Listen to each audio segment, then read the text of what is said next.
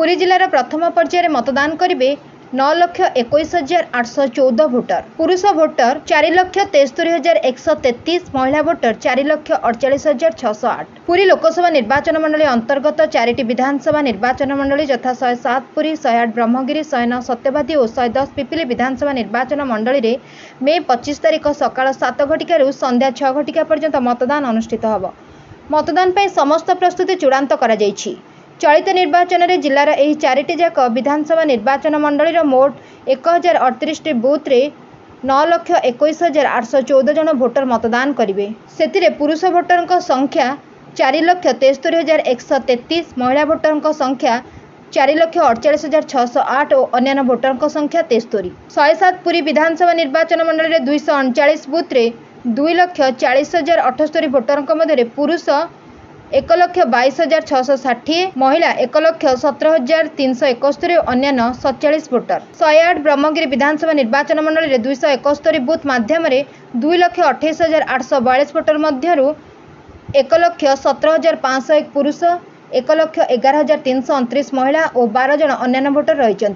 109 सत्यवादी विधानसभा निर्वाचन मंडली 254 बूथ रे 2,14,932 मोट भोटर थिबा बेले 1,10,904 पुरुष, 1,40,020 महिला और 8 जन अन्य भोटर रही। 110 पिपिली विधानसभा निर्वाचन मंडली 274 बूथ माध्यम 2,37,962 जन मतदाता मध्य 1,22,068 पुरुष, 1,15,888 महिला और 6 जन अन्य मतदाता सेमानकर मतदान अधिकार साब्यस्त करेंगे। इतिमध्य प्रिजाइडिंग और पुलिंग ऑफिसर मानक आज भोट पर विभिन्न सामग्री प्रदान कर मतदान केन्द्र को पठा जायछि।